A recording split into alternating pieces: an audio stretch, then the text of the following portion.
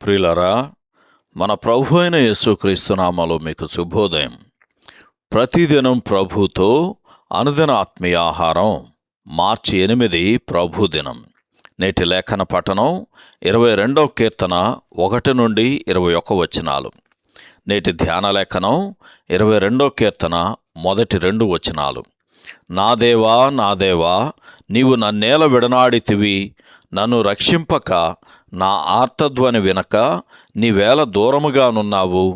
నా దేవా, పగలు నేను మొర్రపెట్టుచున్నాను, రాత్రివేళను నేను మౌనముగా నుండుటలేదు. అయినను నీవు నాకు ఉత్తరమియ్యకున్నావు. వ్యాఖ్యానాంశం: విడనాడబడిన రక్షకుడు. వ్యాఖ్యానాంశం: విడనాడబడిన రక్షకుడు. వ్యాఖ్యానం: లేఖనాలలోని మిగిలిన ఇతర భాగాలన్నిటికంటే మరింతగా ఇక్కడ చెప్పులు విడిచిన పాదములతో ప్రవేశించాలి. ఎందుకంటే ఇక్కడ వివరించబడిన సంగతులు అన్నిటికంటే గంభీరమైనవి.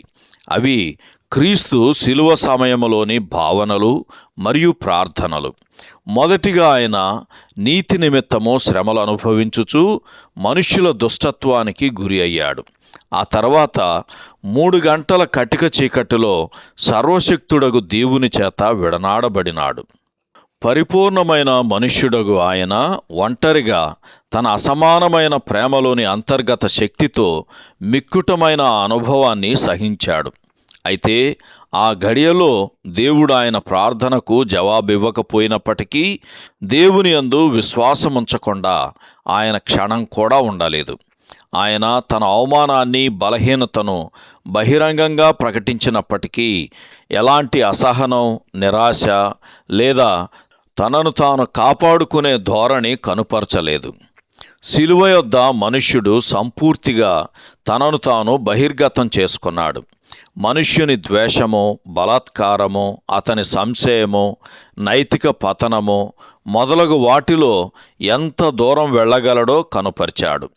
అదే సమయంలో దేవుడు కూడా తన స్వభావాన్ని సంపూర్తిగా బయలుపరిచాడు. ఎట్లనగా పాపానికి వ్యతిరేకమైన ఆయన తన పరిపూర్ణ నీతిని కనుపరిచాడు. పాపి పట్ల ఆయన తన పరిపూర్ణ ప్రేమను కనుపరిచాడు. వీటన్నిటినీ శిలువ విస్తృత స్థాయిలో కనుపరిచింది. ఆహా, మన ప్రభు అయిన యేసు మన కొరకు మరణించాడనే ఈ తలంపులు మనలో ప్రతి ఒక్కరి ఆత్మలో తగ్గింపును, కృతజ్ఞతాభావాన్ని, భక్తిని, ఆరాధనను పుట్టించునుగాక. సహోదరుడు జాన్ కోక్లన్.